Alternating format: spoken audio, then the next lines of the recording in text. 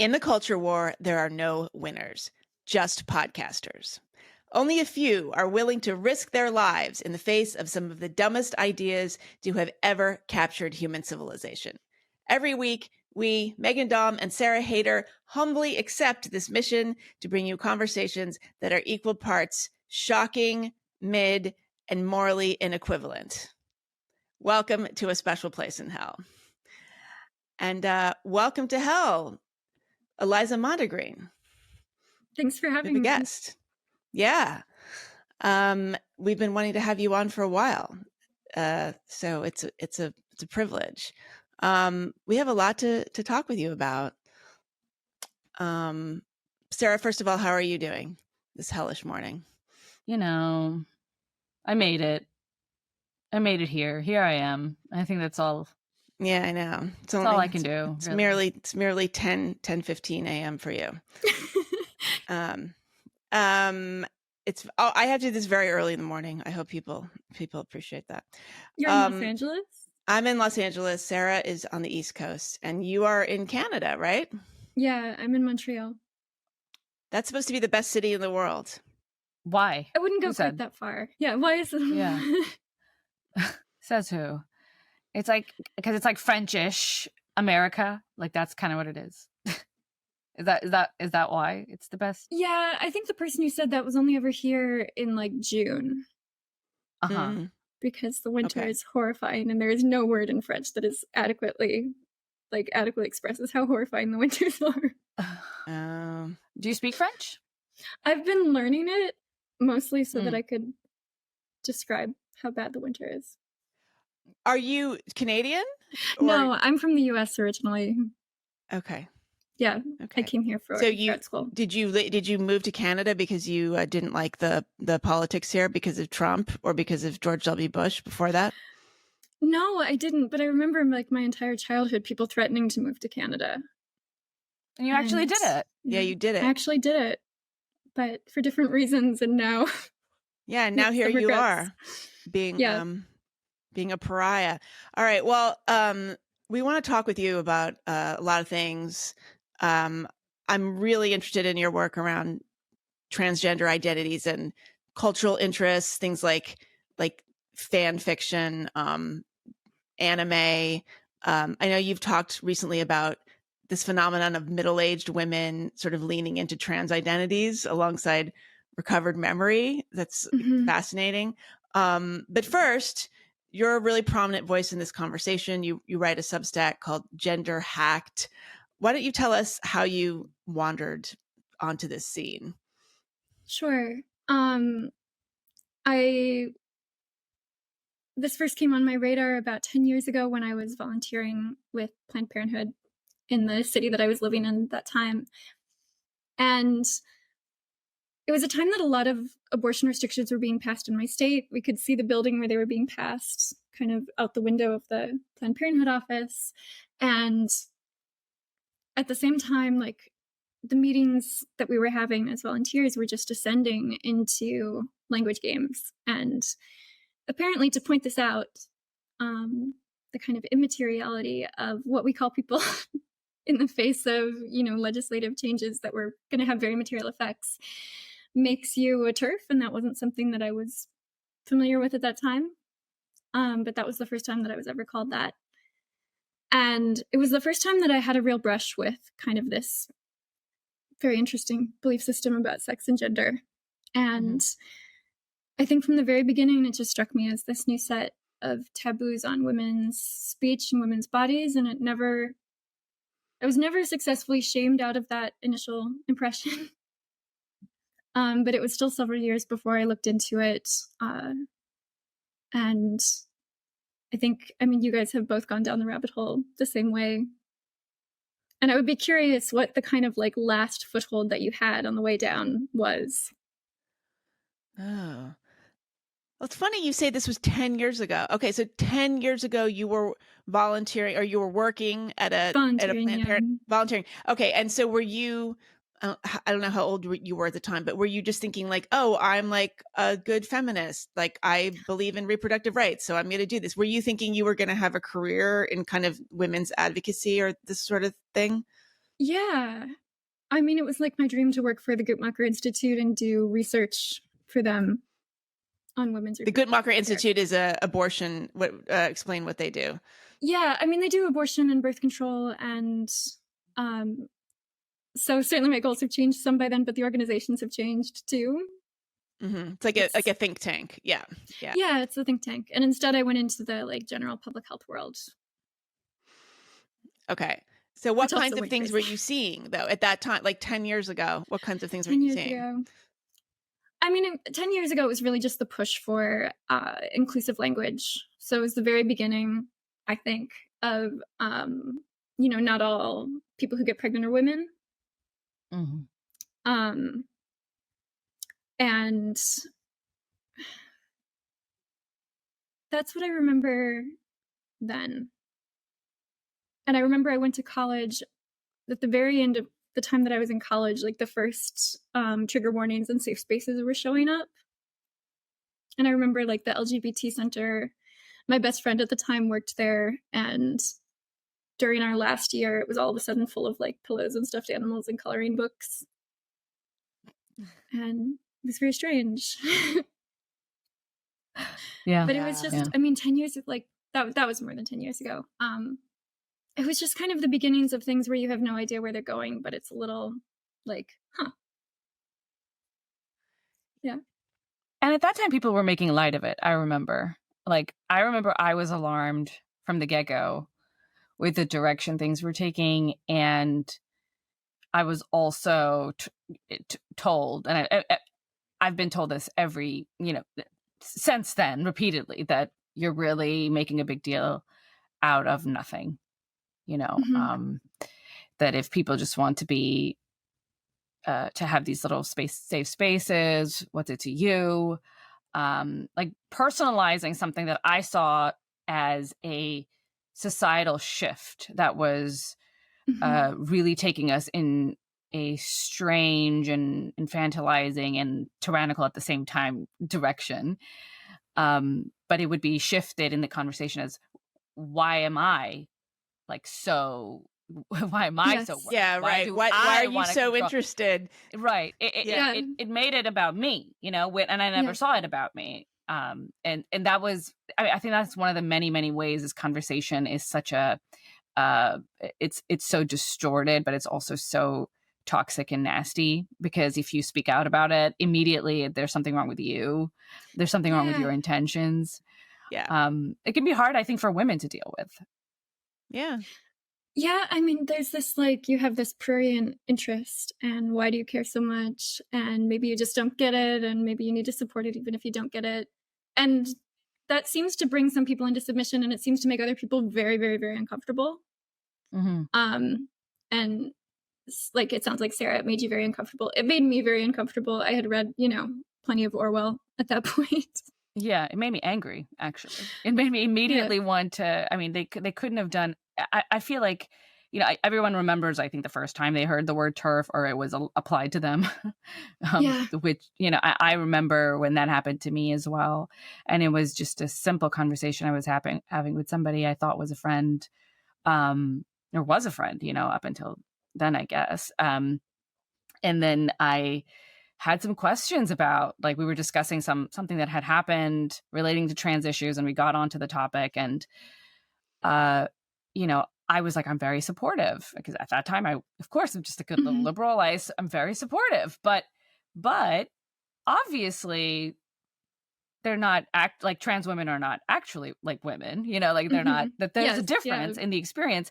And it came up especially because it was on my mind, because at that time there was these like private forums that I was running as a safe space for ex-Muslims, and safe space. Like I started using that terminology. I didn't even know what it meant. I thought it meant a literal safe space, because in our context, you can be killed. Safe room. So I thought it was actually not ideological safe space. I thought it was an actual, we'll keep your privacy, like we'll, enforce these rules that make sure that other people respect your privacy so you don't get hurt or harmed, like physically.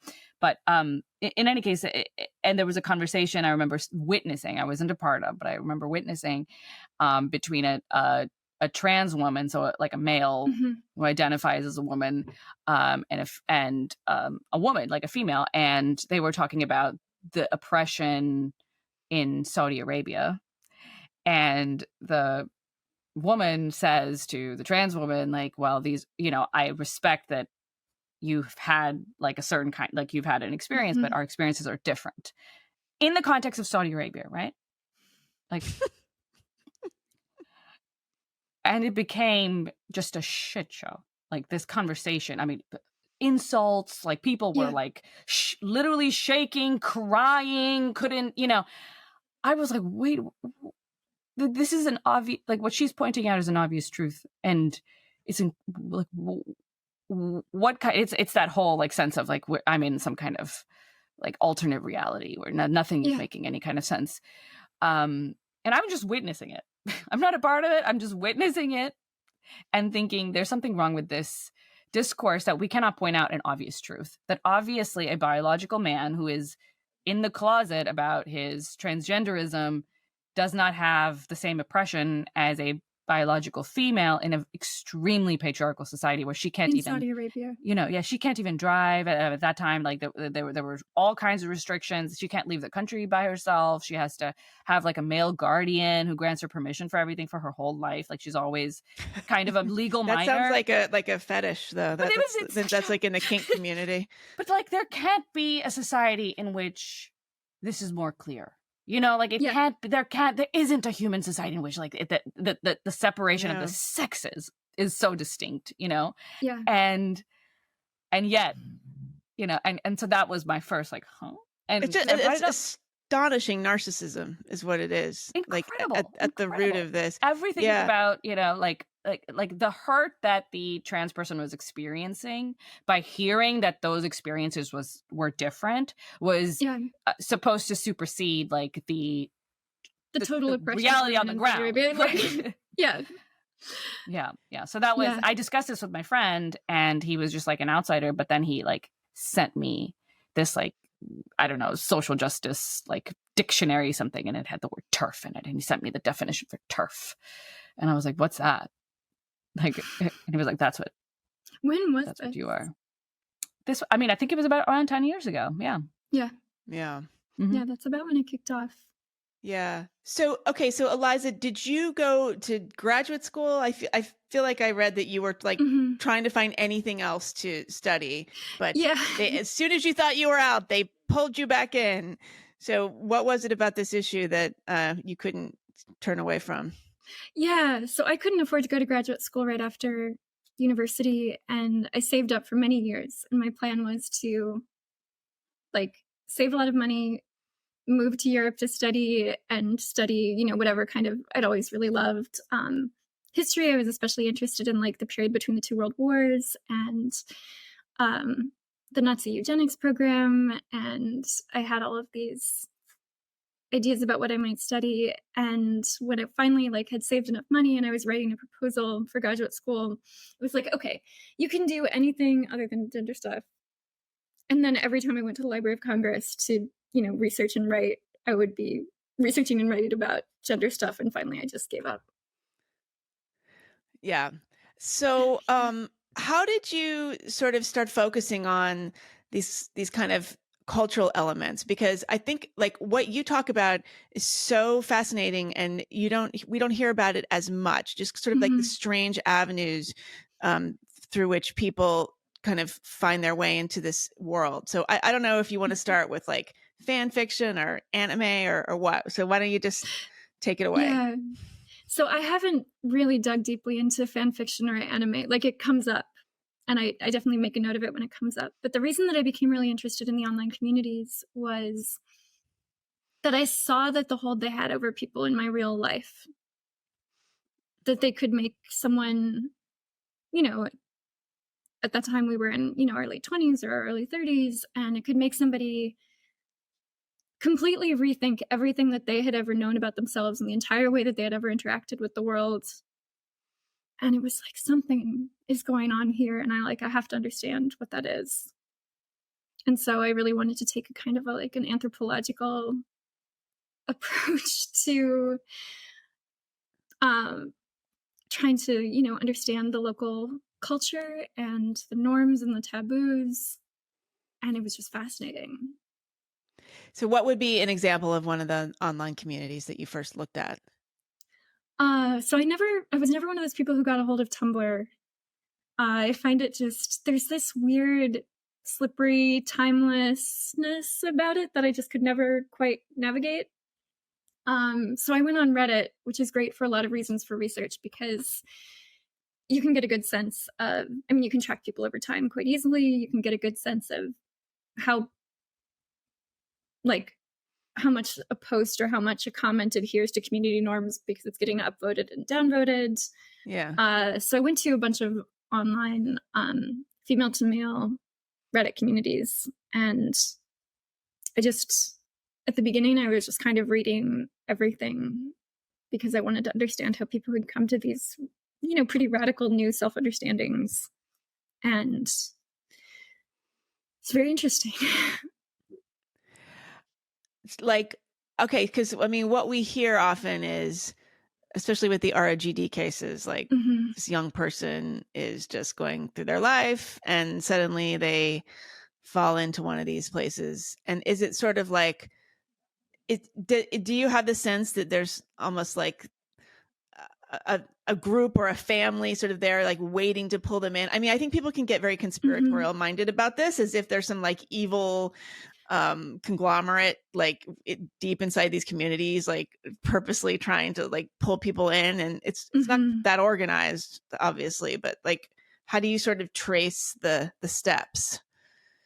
Yeah, I think that what it's tempting to think of as a conspiracy or a plan is much more like an emergent characteristic of these kinds of communities, where people all have the same problem, and especially where people all have the same problem, and it's cognitive dissonance. So you have basically the trajectory is kid goes online, really almost anywhere online, or kid goes to school and is prompted to consider gender in a way that they haven't been before, and prompted to publicly identify themselves with a gender. And this is saying a lot of things about you when you do this. And some of those things are like, okay, well, maybe I'm comfortable with kind of the, sexist expectations for boys or girls, or I'm comfortable being sexualized, or I'm a boring, cisgender person who doesn't have anything worthwhile to contribute to any conversation and is basically an oppressor. You can see why kids who are being prompted constantly to consider this and to publicly identify themselves would say, well, that doesn't really, like, that kind of chafes, like, that really doesn't fit. And then they're questioning. And as soon as they're questioning, they're told that the fact that they're questioning makes them transgender, because cisgender people don't question their gender, even when they're constantly prompted, and even though when it's really loaded, and even though nothing's defined. And then they have doubts, and they're told that the doubts also make them transgender, because why would you doubt yourself unless you were really trans? So it's the way that I really think about these communities is it's like stepping in quicksand. Yeah. As soon as you have a foot in it, it's too late. Yeah. So how do you, because I've seen the mechanics that you're, like, that process that you're describing. I've seen it also when I've been poking around these communities, from the same kind of like fascination of what is going on. And it is, watching it, seeing it happen again and again. Like, there'll just be some young person who'll say, this happened, or sometimes I do this, and normal girls don't do that, or normal boys don't do that. And, and so I relate more to my sisters than to my brother or whatever.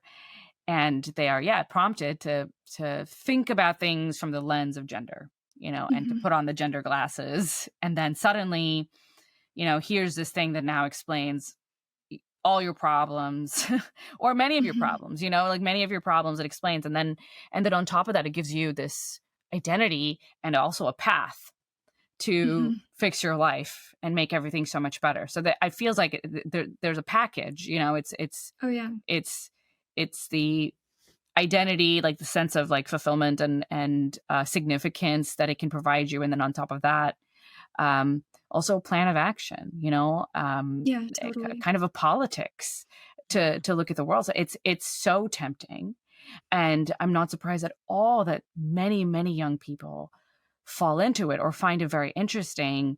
And I think Megan and I have talked about this multiple times, like where would we have been necessarily, like if these were the politics of our era, like if this was how young people were prompted to see themselves, how would we have seen ourselves? And I, like to think of myself as somebody who would have just shaken it off as bullshit. But it seems that if, the more you are surrounded by everybody who thinks that way, it is human. It's not even irrational. It is actually rational to then there's something wrong with you if you don't fall into it, maybe. There's an absolute, there's a reason behind why we think that if we're the only person who thinks something, that we might be the crazy ones. Like, that's not an irrational conclusion at all. And it's interesting that that's, the position that anybody's put in, that who's thinking, I don't know about this. Like, I don't know if this explains it to me. So how would a young person like shake it off? Do you think, like, are there off ramps to this, to this whirlpool? Like, at what point do you come out of it? Or I don't even think it necessarily needs to be a young person, although of course young people are more vulnerable to this. But how does anyone come out of it? Yeah, so that's one of the things I've studied too, is kind of like what causes people to, or what do people say pushes them towards detransition and desistance. And I've noticed a couple of different like pathways out. And one of them is you run into, medical complications. And that can often be, it puts the brakes on the medical transition, and then the social part kind of falls apart over time. Another one, much bigger, is that people will say they ran up against the limits of what transition had to offer, and it wasn't enough. And I think that we're going to particularly see this with this, rapid onset gender dysphoria cohort, where in the past, clinicians really used to screen, like, I have a lot of critiques of gender medicine from the very inception all the way along. But in theory, clinicians used to screen for unreasonable expectations that patients brought to transition, and now they don't. And so you have a lot of kids who have absolutely impossible expectations. The idea, just the idea that you would ever change sex, or the idea that you could ever control the way that people saw you. Like, you can't do these things. You are not going to get these things out of transition. And when you run into that, some people double down, and some people double down for a long time, and some people will double down for a while, and then they'll get out. And they'll say, like, if I could really be a boy, that would be very appealing. I really hate being, they'll still talk about how the appeal of transition is so strong, but what's available isn't enough. It's not good enough. So I want to pause there, actually. You say that in the past, clinicians would screen for unreasonable expectations. How far in the past are we talking about? Who were those clinicians? Were they counselors as well as medical doctors, surgeons, that kind of thing? And what really happens now? Because again, I don't think we can emphasize this enough, because people say there's no way that these clinicians aren't at least telling these patients what, to some degree, what's going to happen. Like, they just can't believe it. Yeah. So I'm not sure exactly when this really tapered off. There's some clinicians who insist that they still do this. I kind of have my doubts, because when you ask these clinicians what they do to assess patients and to kind of warn them about the limits, everything gets very fuzzy. But basically, I think, in the 1970s, for example, you have patients, mostly male, going to gender clinics. They're mostly older, and they're fairly brutally assessed for their ability to pass convincingly upon transition. And the ones who are not going to pass, or the ones who are not going to be able to live with not being able to pass, are screened out. You mean the doctor would say literally, like, you are a 6'5" dude, right. You're not, this is not going to work for you. I'm not going to take you on, as opposed to like, this other person has a slight build and is going to be able to pull this off. But is this kind of like the doctor doesn't want to, it's kind of bad for business? Like, they want to take people who is going to be successful. Who will be a good advertisement for the clinic. Yeah.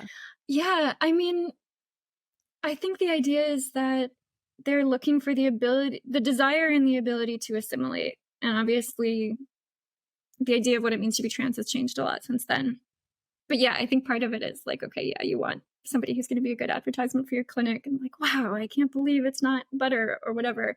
Yeah, no, I don't mean to sound cynical, but I mean, also, obviously, they just want to be realistic with people. But it is actually, now they think of it, it is striking because it is so rare now that you hear in any context someone say, well, actually, this is just not going to work for you. Like, you are never going to be this person. Like, because now the onus is on society to make the person feel welcomed, you know, and not on the clinician to even screen for it. You know, it's not something that the clinician is necessarily doing for the sake of for the person, but the clinician might be advocating for trans acceptance on a kind of a broader level. And that's kind of an indirect way to do the same thing. Yeah, so there's always been this kind of, I mean, what's always been part of gender medicine is trying to prescribe other people's behavior. So when we have like those early male transsexuals and their clinicians are literally like writing them a letter in case they get stopped in a women's bathroom to say like, no, like my doctor said I could be here. Like those clinicians were also prescribing other people's behavior. They were also enlisting, you know, the community in this therapeutic exercise. But yeah, that's totally metastasized. So like we have to remake society so that, you know, 6'5" bloke with a 5 o'clock shadow or just a beard, you know, so that he feels really comfortable dominating women's sports, whatever he wants to do. Okay. Well, speaking of that, Sarah and I talked recently about the case of Artemis Langford. And I know you wrote a piece in was it Unheard? About it was just for my Substack. You wrote a piece on your Substack, yes. And we should say, you write for a number of publications, including Unheard, but you wrote for your Substack about this case of the student at the University of Wyoming who is a biological male who decided they wanted to be in a sorority. What did you make of that? I mean, the trite answer is it seems like the dream of many college-age men, but in this case, it seems like there's something sadder about it, as there often is, like that it's just a messier story than, okay, of course he wants to see sorority girls undress and whatever. Like that does seem to have been part of it. It's part of the lawsuit that he was getting aroused by these things. But when you read his story, I mean, you see somebody who just is basically not going to fit in no matter what.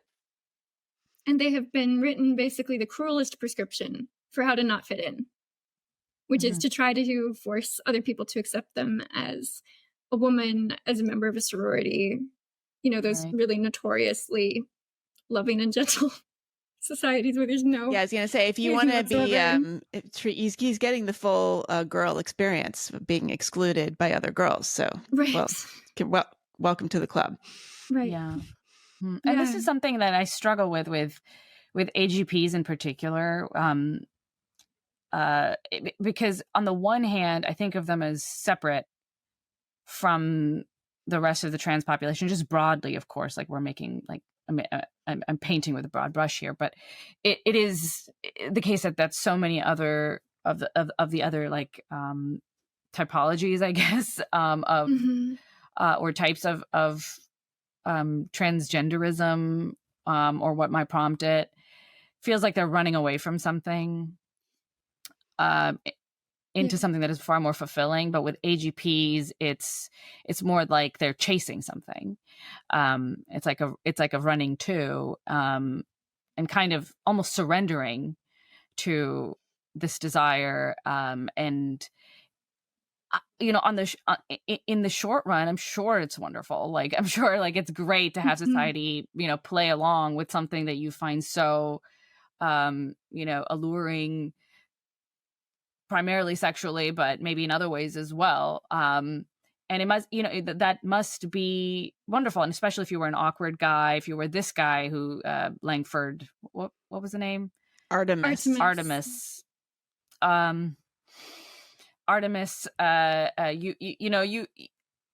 I can imagine this is a person who never fit in, in a lot of places, was always awkward, was always like a weird guy, even a creepy guy, you might like, so the kind of person you might even like attach that label to. And I'm sure that's a burden to bear. And there's not an easy way out for, especially in like more modern society where young men are more isolated now than they've ever been before. They don't have the kinds of societal institutions and sort of pathways to becoming, a man, or just like not a weirdo really, and maybe just it feels as if that those kinds of institutions, which we saw as cruel, like look, when I look back at them, it's like, okay, that was cruel. I'm glad we don't live in those times. And now I think, all right, but now we have a bunch of, grown people who are kind of lost, and they haven't been properly socialized, and they act kind of like weirdos, and they upset other people. And, I think that that's kind of a little bit of the AGP story too. And I definitely feel like some of the younger AGPs buy into the idea that they also buy into the idea that they are actually women in some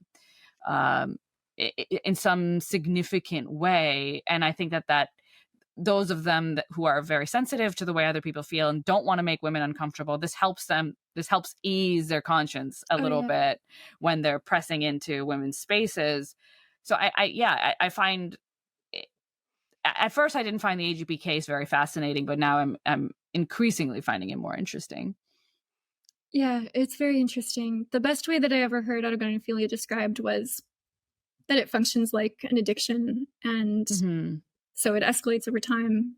You need more and more of whatever it is that you're addicted to.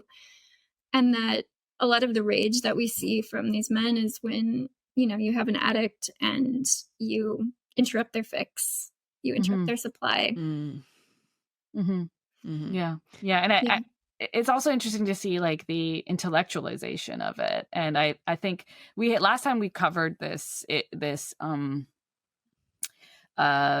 we covered AGP on an episode. We got lots of comments, like lengthy comments from AGPs, like self-described AGPs. And I always find them interesting and, thoughtful and very like deeply articulated in a way that, the other stuff. They're really highly intelligent people. A lot clearly, of them. Yeah, clearly, in a way that, the girls who are becoming trans men, they kind of are like not extremely articulate, I feel like, in how they're describing what's happening to them. I think intellectualizing and like the way that they're creating a framework that supports what they're doing or how they're identifying. I feel like that's not something I see as frequently among the trans men. Well, would you say that that's true? I need to think about it, but I can kind of see that. I think the thing that's so interesting about like the young female communities, and even like Megan mentioned, like the older FTM communities, is that there's this tremendous focus on what they are not. So they're not women. And no matter how much doubt they have about their trans identity, no matter how uncomfortable they feel, maybe being seen or not seen as a man, and whether they want to be seen that way or having some mixed feelings about that, the main thing that they have is this rejection of being female. And so these entire communities are built on the, like, it's all female experience, wall to wall, which I find very interesting. Like, when I went to the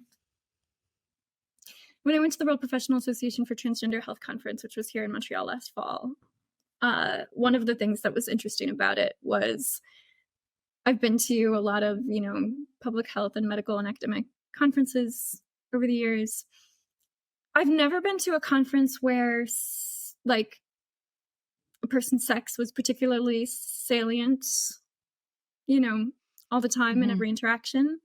And there's something about, the trans conference and so many people who are, trying to put on the appearance of the opposite sex that makes sex salient all the time, and that you notice it all the time. Like somebody who cuts in front of you, you wouldn't normally think like, oh, that's a man, that's a woman. And when there's this attempt to falsify it, it's like, it makes it foremost in, I think, the mind of the observer and in the mind of the person who's trying to pass. Mm-hmm. And I think That's true. I think it's the same with these communities where, they're built on the rejection of being female. And so there is this total obsession with every aspect of femaleness and this total fixation on every, manifestation of, the shape of your skull. Like, is it masculine enough? And the way that different, the curvature of your arm, the kinds of absolutely just obsessive fixations that you would only find in the most eating disorder community or something. I was going to say, it sounds a lot like the anorexic pro-Anna stuff. It is. Yeah. Yeah, it is that community. Yeah, it is. It is that community. Do you think that this is like a new version of anorexia? I mean, this is a very reductive way of putting it, but you hear it all the time. Like anorexia became cutting, and then cutting became this, and obviously they still all exist as comorbidities. I think that there's a lot to that.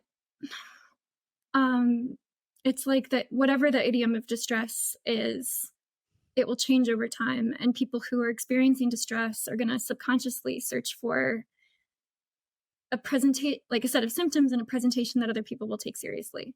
Mm-hmm. Mm-hmm. So a classic hysteric would not make sense in 2023. Mm-hmm.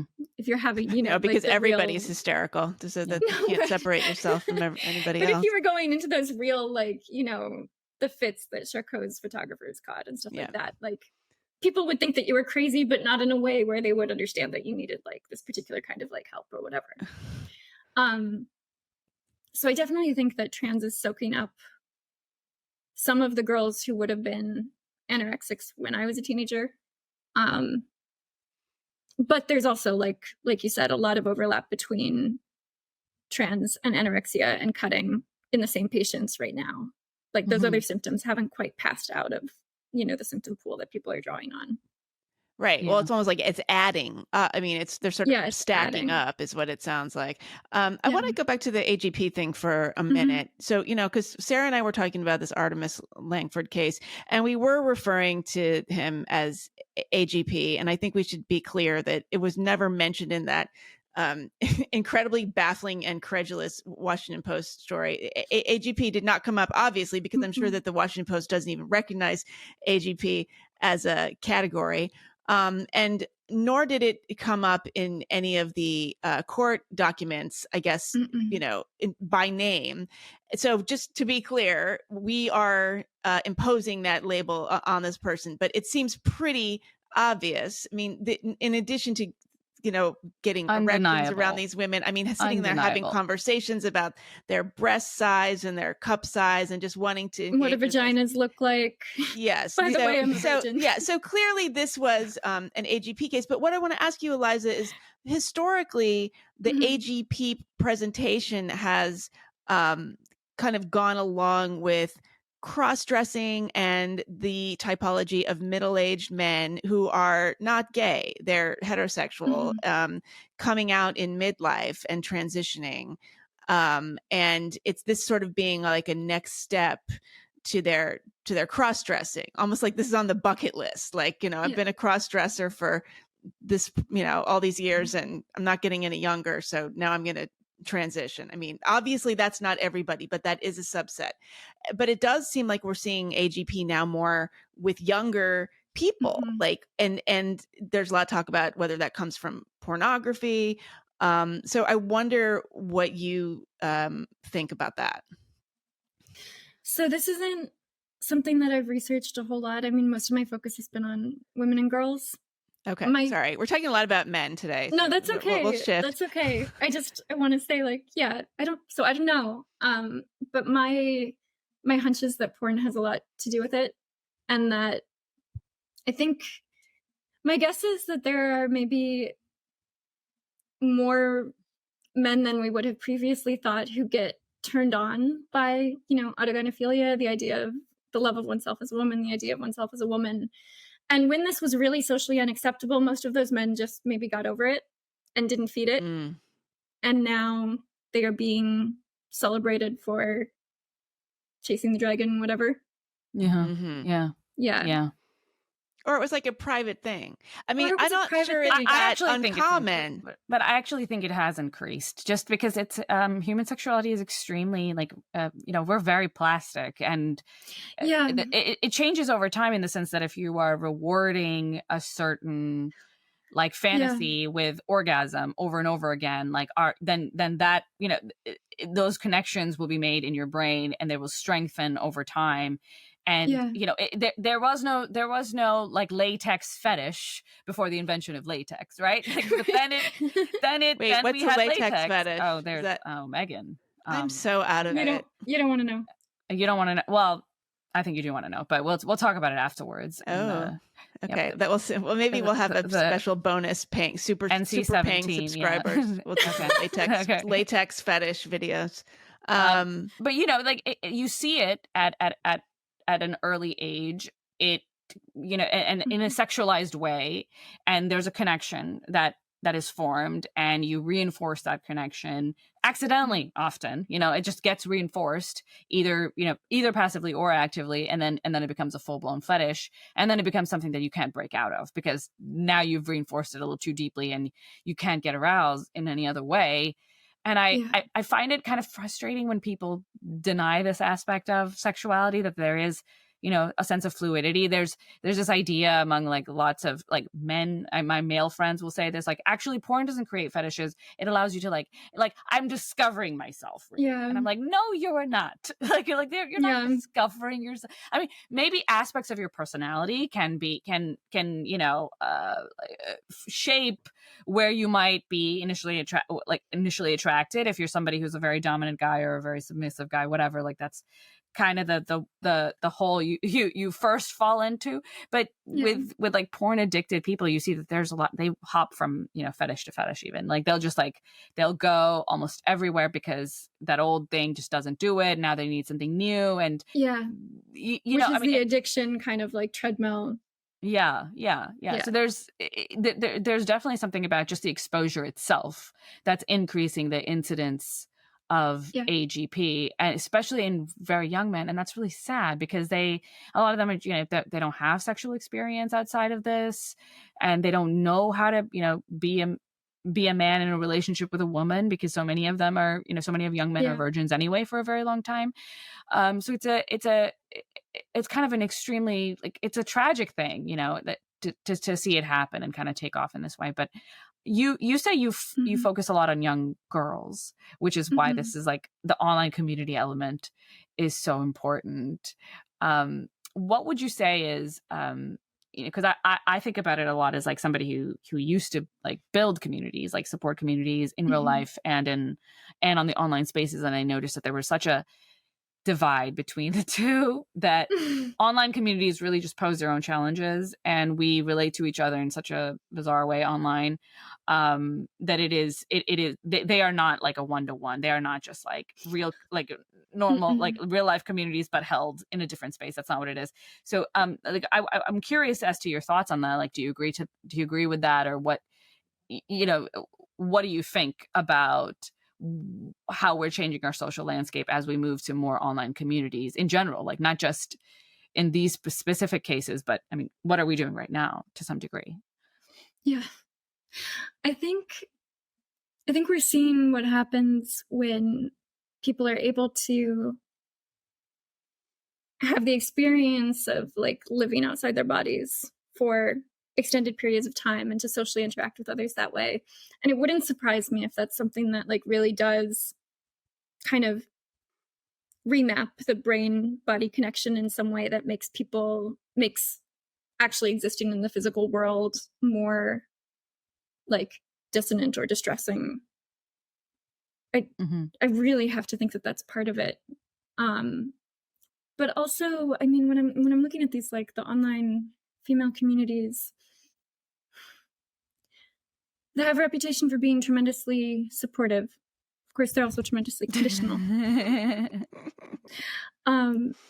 But the thing is, like, okay, well, what does support mean in that kind of a context where you can't sit down and look somebody in the eyes or give them a hug or, know them in the real world at all, and you only know what they're presenting to you? And part of that is part of what people are talking about when they say these communities are so supportive is that you can go there with any kind of problem that you're having, any kind of like grievance, no matter how small it is, and people will listen to you and they'll validate you.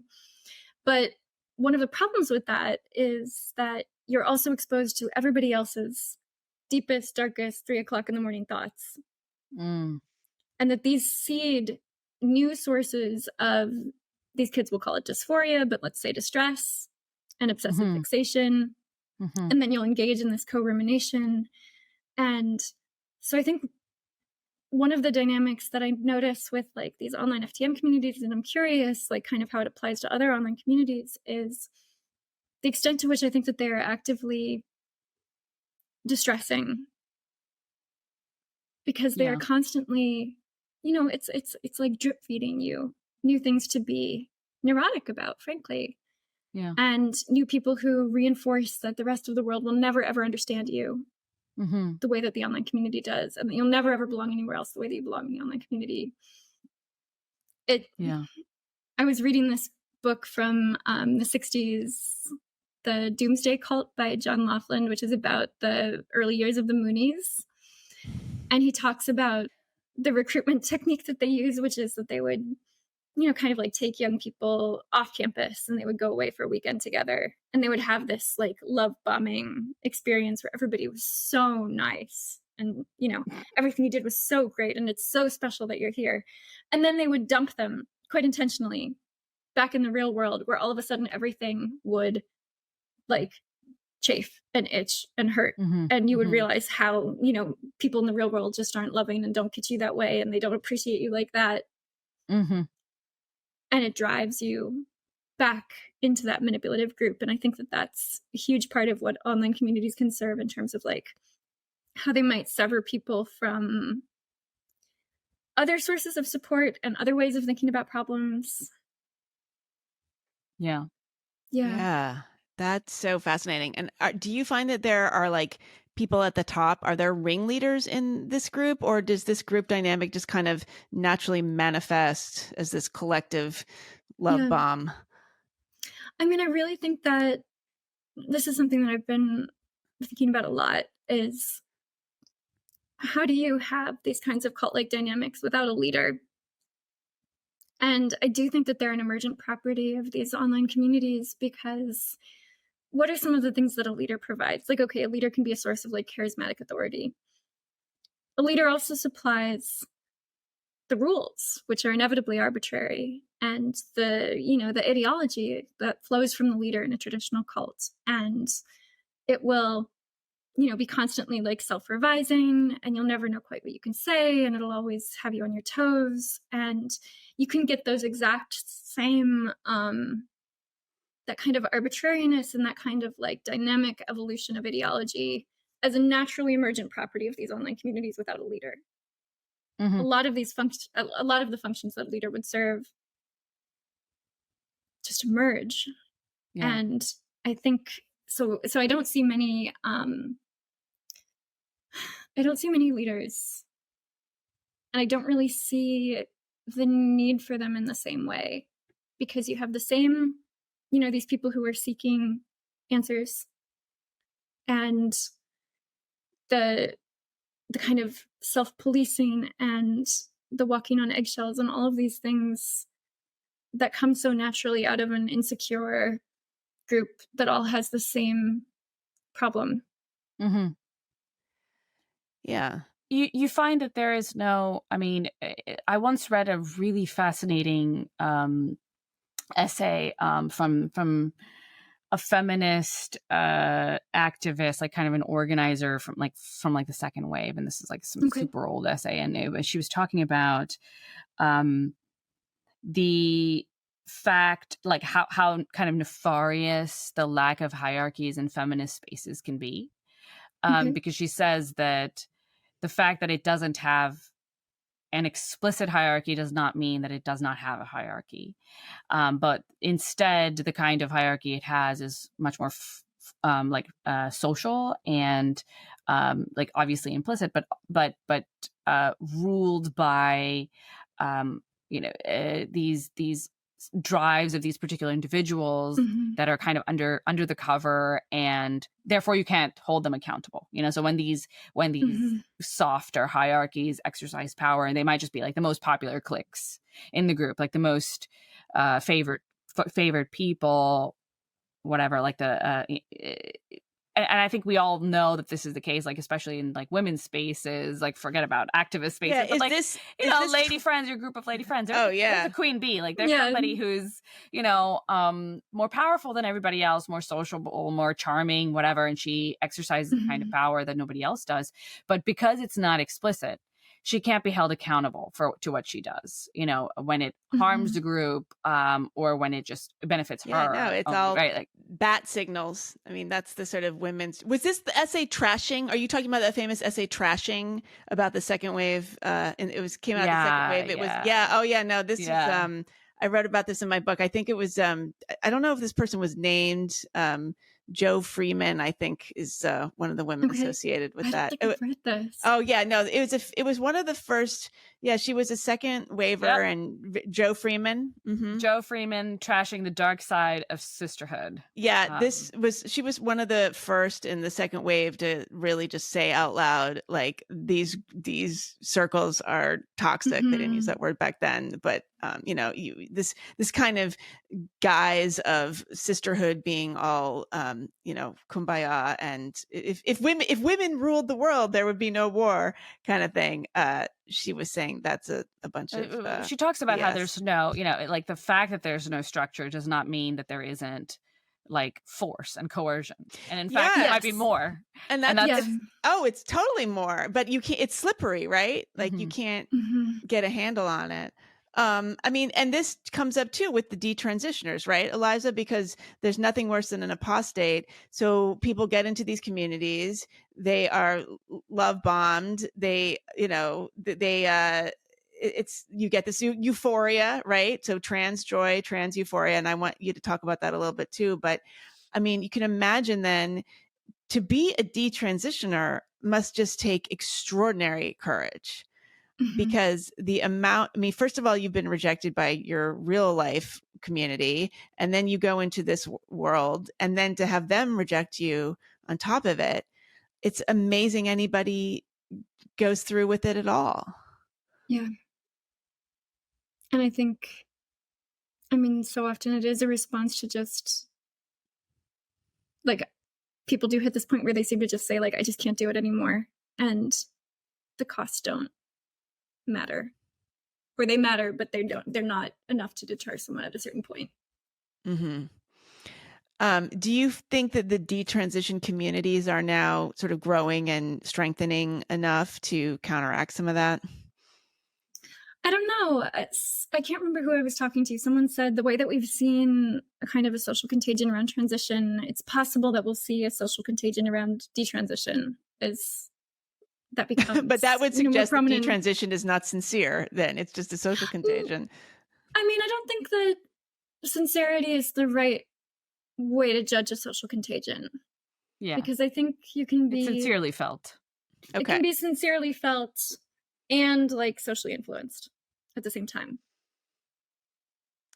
Right, but I mean, a social contagion would suggest that. This you mean is not emanating from themselves? Authentic experience, like right. So, but that's now, yeah. But that's so many, so few of our experiences actually do emanate purely from like our inner, like deeper speak for yourself. I'm totally authentic. Everything I think is,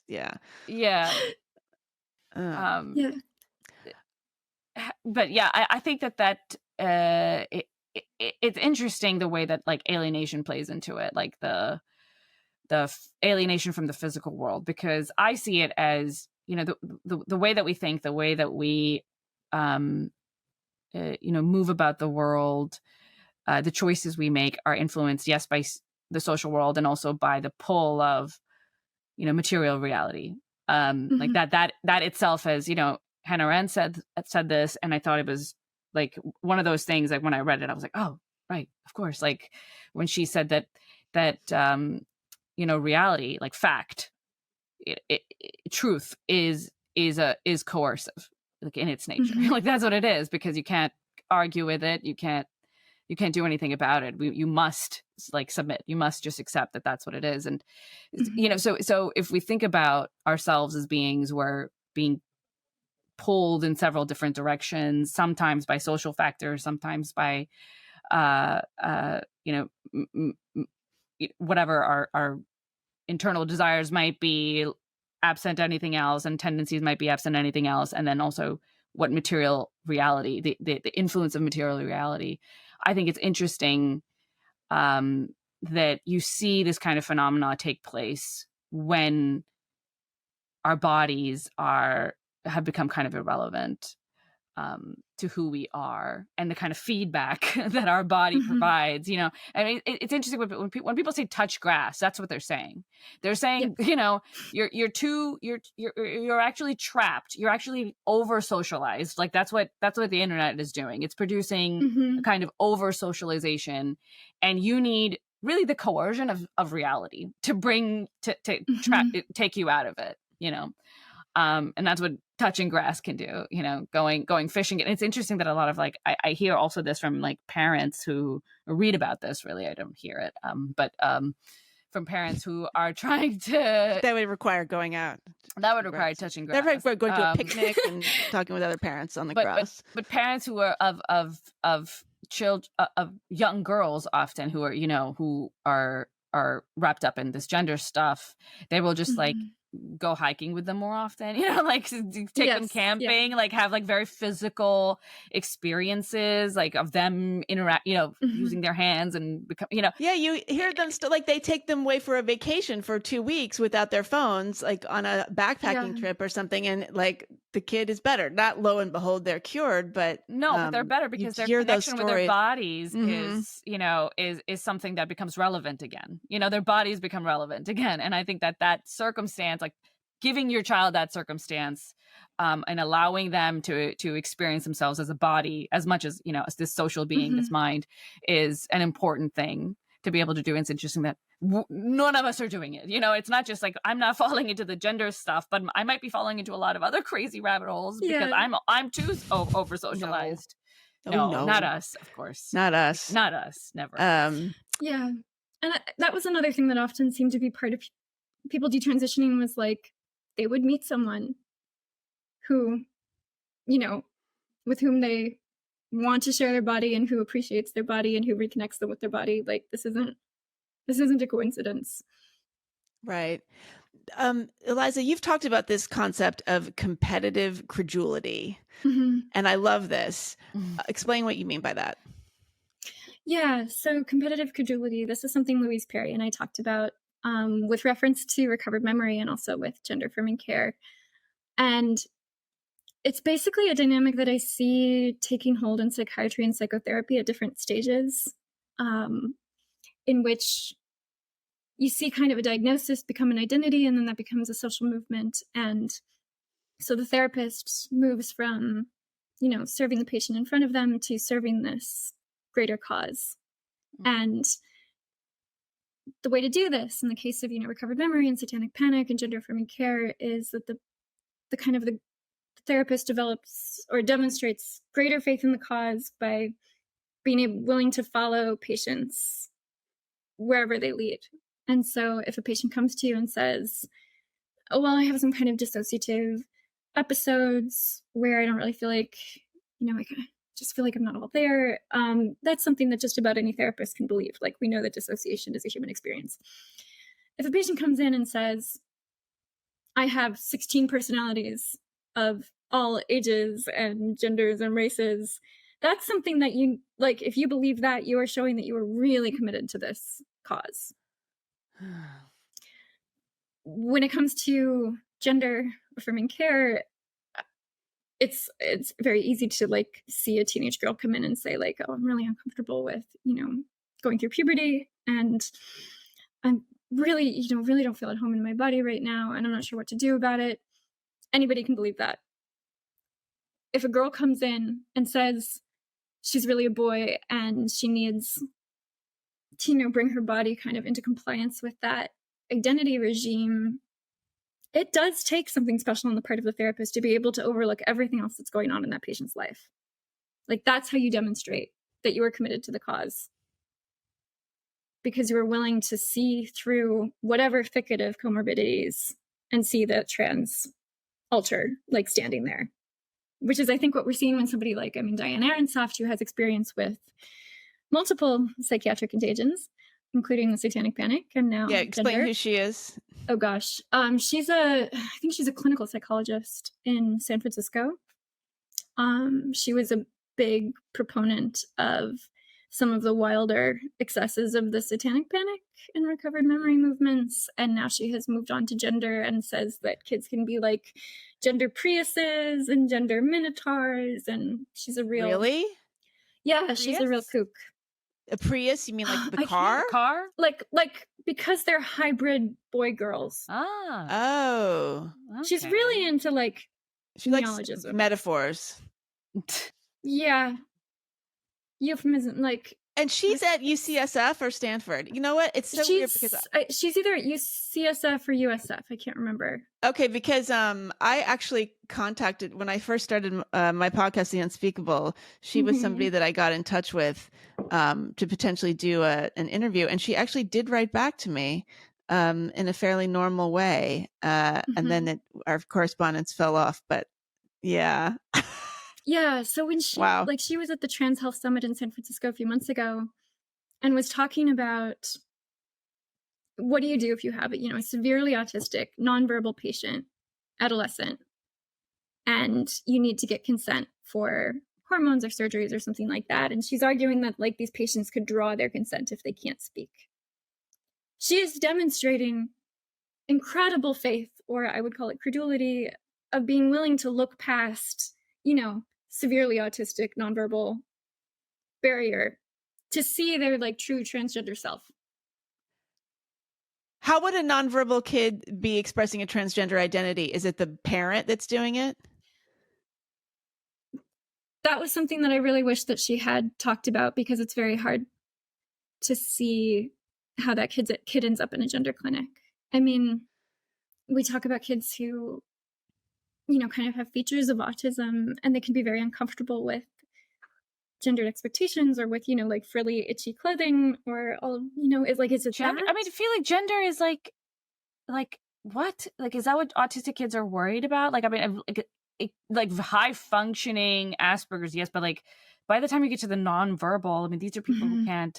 No, these are parents. I'm sorry. These are Munchausen's by proxy parents making these interpretations. Yeah, I'm sorry. It's very hard to resist that conclusion. Yeah. That's wow. Appalling. It's appalling. But it's like mind blowing. So the competitive credulity thing really has to do with sort of trend within the clinical community of buying into a magical thinking that they have reframed as a diagnostic approach. Is that something that you are seeing almost exclusively with women, or more so with women clinicians? Because I've also become lately interested in like how much of this is being like perpetuated by women versus male. I mean, obviously there's not as many male therapists, but there's something very strange happening with that. I mean, it's hard. Yeah. Like you say, it's hard to say because the profession is pretty slanted toward females. And so the overrepresentation would be kind of a normal feature of that. But I don't know. I think, it does play on a kind of a pathological empathy. Yes, exactly. And the culture, I was just talking about this with another guest and like on my other show, and like the culture has become the women set the moral tone for the culture, and women are agreeable and have more empathy. And so all these characteristics have been mapped on to society more broadly. And there isn't a kind of, stereotypically male sort of rationalist energy to counteract it. Or if that does try to come in to counteract it, it's tamped down pretty quickly in the name of justice or inclusivity or whatever. And I think that's a huge part of what's happening with this movement. Yeah, kind of at every stage. I mean, what Sarah and I were talking about of just the kind of changing social expectations, and that you're supposed to acknowledge and then defer to, like, you're hurting this guy's feelings by reminding him that Saudi Arabia is, a pretty sex segregated society. There is just this prescription that, like, you're supposed to be kind, and you're supposed to not hurt people's feelings by bringing up inconvenient things that they don't want to be reminded of, and that this world of inconvenient things they don't want to be reminded of keeps getting bigger and bigger and bigger.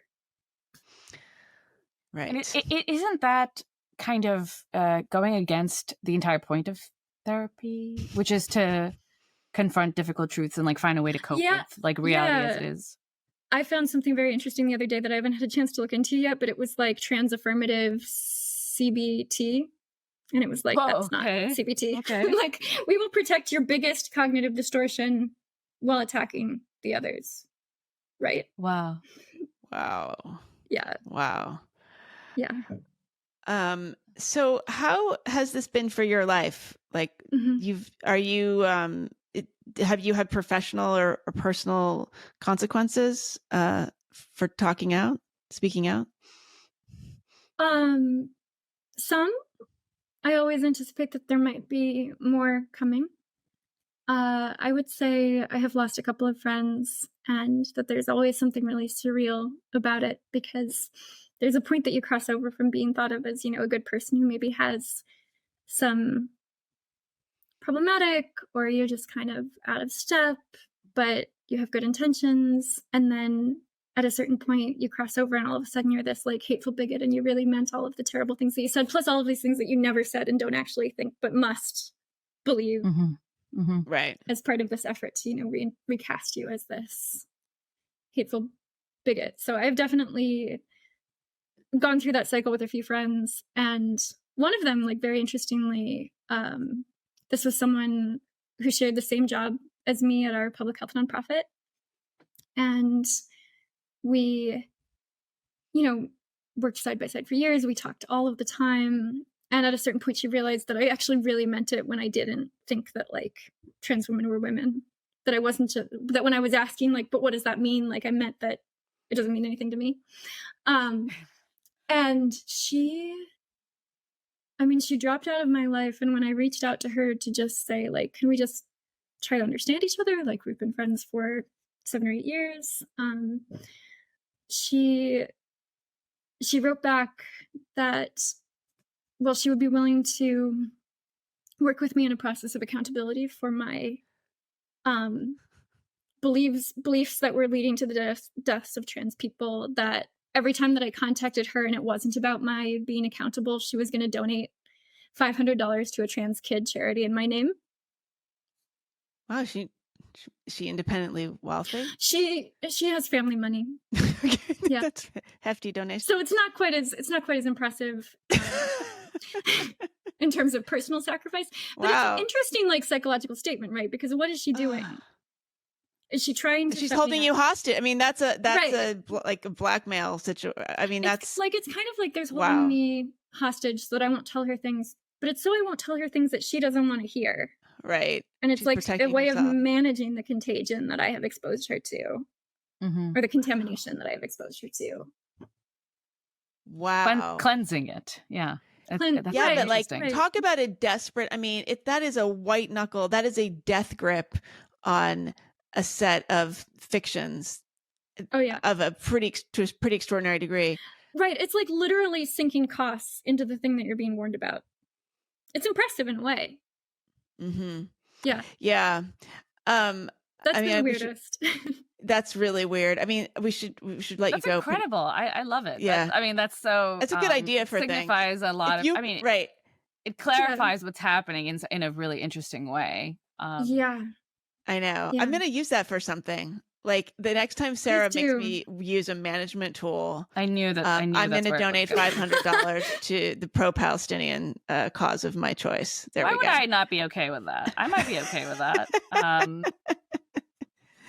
might be okay with that. So we should let you go pretty soon. But okay.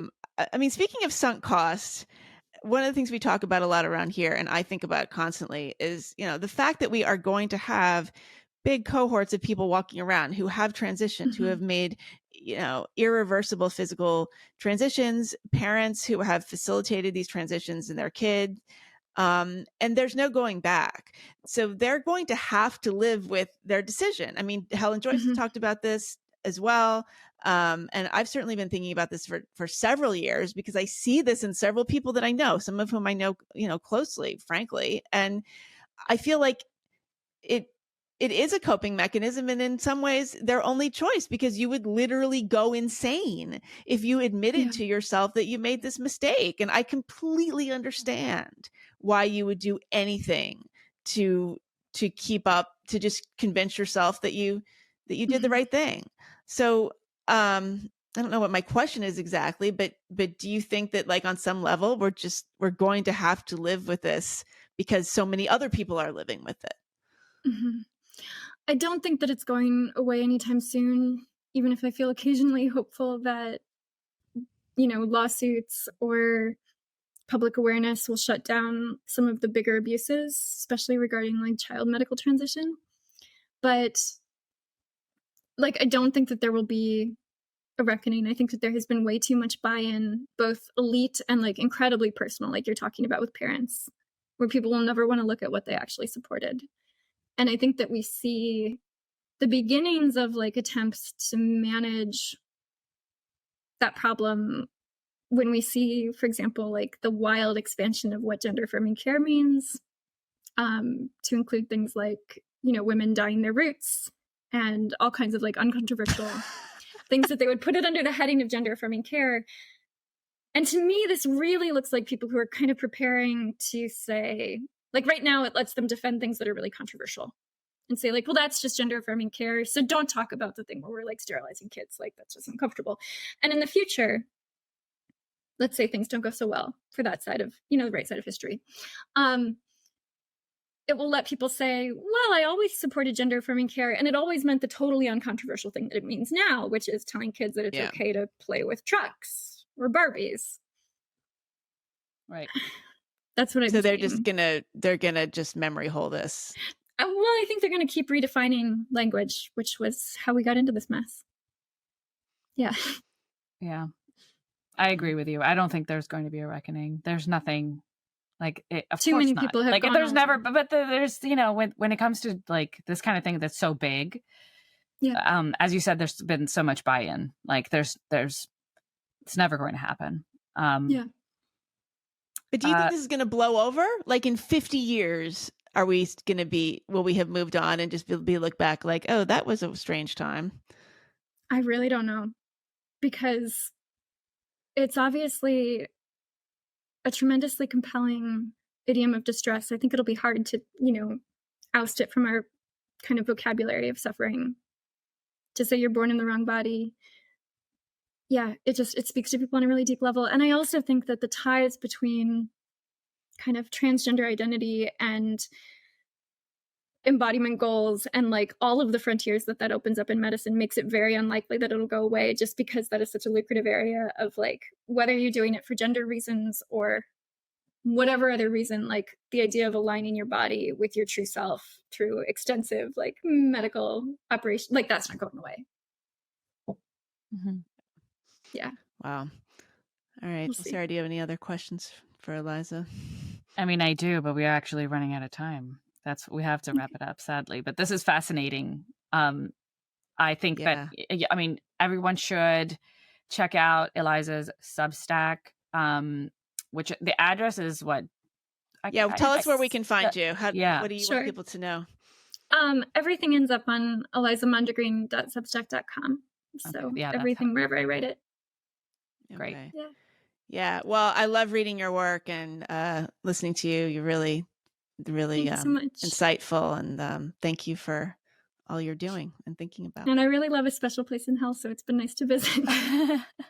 Anytime. Yeah, thank you. Welcome anytime. This is your kind of place. We'll love bomb you in hell every time that you come here. So that sounds good. Okay. Thanks. All right. Thanks, Eliza. Thanks.